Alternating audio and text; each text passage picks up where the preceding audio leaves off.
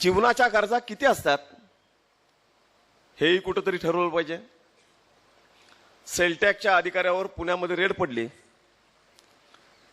आता रेड टाकणारी सुद्धा पोलीस दलातली माणसंच होती. त्या घरातल्या बाईने विनंती केली, मला बाथरूमला जायचं आहे. आता पोलीस म्हटले, जावा मावशी. आणि बाथरूमच्या खिडकीतनं पुन्हा नोटांचा पाऊस सगळ्या त्या वसाहतीमध्ये पडला. वरनच नोटा खाली फेकल्या कोट्यावधी रुपयाच्या. आपण वाचला असेल वर्तमानपत्रामध्ये.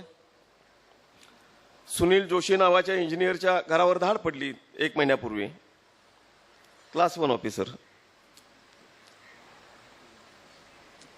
धाड मुंबईच्या पोलिसांनी टाकली आणि त्यासाठी माझ्या कानावर घालण्याची आवश्यकता होती, कारण त्यांच्या ज्युरिडिक्शनमध्ये नव्हतं. म्हटलं जावा, मिळत असेल तर पकडा. म्हटलं आता मुंबईचे पोलीस गेलेत, ज्युरिडिक्शन नाही, ऑर्डर काढली नाही, काय सापडलं का म्हणून उत्सुकतेपोटी फोन केला. तर म्हटले सर खूप सापडलं, मोजतोय. म्हटलं सगळं मोजून झालं की मला फोन करा. संध्याकाळपर्यंत फोन आला नाही.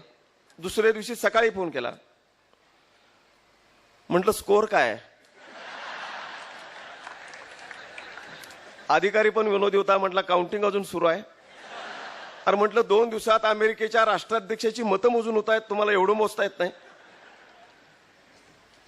तर म्हटले काय काय वैशिष्ट्यपूर्ण सापडतंय. म्हटलं काय वैशिष्ट्यपूर्ण आहे. तर म्हटले 2 पेन सापडलेत. अरे बाबा म्हटलं ही गृहमंत्र्याला सांगायची माहिती आहे का 2 पेन सापडले दाढीत. नाही म्हटले पेन वेगळे आहेत. म्हटलं काय. तर या 2 पेनची किंमत 17 लाख रुपये आहे. आता एवढ्या भारी किमतीचा पेन असतो हे त्या दिवशी आयुष्यात मी पहिल्यांदा ऐकलं. म्हटलं आणखी काय आहे. तर म्हटलं त्याच्या घरातल्या संडासाचं भांडं 90,000 रुपयाचं आहे. आणि इतकं मोठं आणि इतकं भारी भांडं घेऊन हा कायम तिथंच बसणार होता का.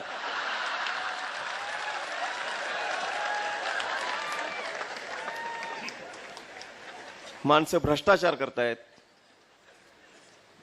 अवैध मार्गाने पैसा मिळवत आहेत. आणि मग जो पैसा येतो तो कसा खर्च केला जातो, किती असतात जीवनातल्या गरजा. म्हणून जे सिलेक्ट झालेले आहेत